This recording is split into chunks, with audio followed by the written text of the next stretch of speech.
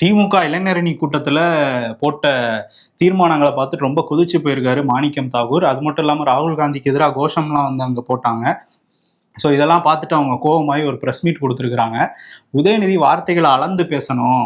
நாங்கள் ஏன் வந்து தாவேக்காக்கு ஆதரவு தெரிவித்தோம்னா, மே 4 முடிவுகள் வந்துட்டு இருந்த போதே மதியம் ஒரு 3 மணி 4 மணி அளவில் டெல்லியிலேருந்து திமுகவினருக்கு கால் வந்திருக்கு.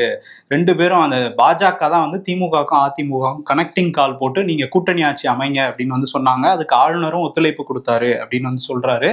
CV சண்முகத்துக்கும் இந்த மாதிரி திமுக அமைச்சர்கள் அப்போ கால் பண்ணாங்கன்னு சொன்னாங்கல்ல, இதெல்லாம் டெல்லியோட ஆணைக்கிணங்க தான் இதெல்லாம் நடந்திருக்கு அப்படின்னு வந்து அவர் சொல்றாரு. பாஜக இங்க வந்துடக்கூடாது, பாஜகவை எதிர்க்கிறது நாங்க மட்டும்தாங்கிறதுனால முதல்ல போய் துண்ட போட்டோம் அப்படின்னு வந்து அவர் சொல்றாரு. முதல்ல பிஜேபி ஒரு கனெக்டிங் பீப்புளா செயல்பட்டு இருக்காங்க. ஆமா, அது வந்து இவருமே கன்ஃபார்ம் பண்றாரு. மாநில செயலாளர் சிபிஐயோட மாநில செயலாளர் வீரபாண்டியன் வந்து பாஜகவும் இதுக்கு பின்னணியில இருந்ததுங்கிற மாதிரி அவர் சமீபத்திய பேட்டியில சொல்லியிருக்காரு. ஸோ பாஜகவோட அடிமையோட பாஜகவோட ஆதரவோட திமுக வந்து கூட்டணி வச்சுக்கலான்னு ஒரு முடிவு எடுத்திருக்காங்க. இப்ப திமுக கூட்டணி எல்லாருமே கன்ஃபார்ம் பண்ணிருக்காங்க. திருமாவளவன் சொன்னாரு, காதர் மொய்தீனும் சொல்லியிருக்காரு, திமுக அதிமுக சேர்ந்து எங்கள்கிட்ட கூட்டணி அமைக்க போறோம். கம்யூனிஸ்ட் 2 தலைவர்கள் சண்முகம் சொல்லியாச்சு, வீரபாண்டியன் அவரும் வந்து சொல்லியிருக்காரு.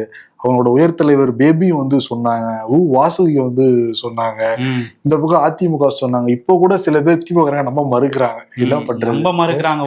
இன்னொன்னு என்னன்னா, மக்களை எவ்வளவு பெரிய முட்டாளாக்க நினைச்சிருக்காங்கிறது இதுல தெரியுது. நாங்க 2 பேரும் எதிரிகள் அப்படின்னு சொல்லிட்டு ஒரு சேதத்துல கூட்டு சேர்ந்துக்குவோங்கிறது வந்து மறைமுகமா பேச்சுவார்த்தை நடத்திருக்காங்கிறதே அதிர்ச்சியா இருக்கு. இதே கூட்டணி வச்சு ஆட்சி அமைச்சிருந்தாங்கன்னு வச்சுக்கோங்க, எப்படி இருந்து அந்த ஐடியா இருந்திருக்கு. அதை முட்டுக்கட்டை போட்டது கம்யூனிஸ்ட். 4 பேர் வந்து இல்லங்கும் போது அங்க மெஜாரிட்டி இருக்காதுங்கிறதுனால அவங்க வந்து அதுக்கான எண்ணத்தை கைவிட்டுருக்காங்க. அது ஏதோ யோசிச்சு பார்த்தது இல்லை. அதுக்கான வேலையெல்லாம் இறுதியானப்ப கம்யூனிஸ்ட் முட்டுக்கட்டை போட்டதுனால அது நடக்கல.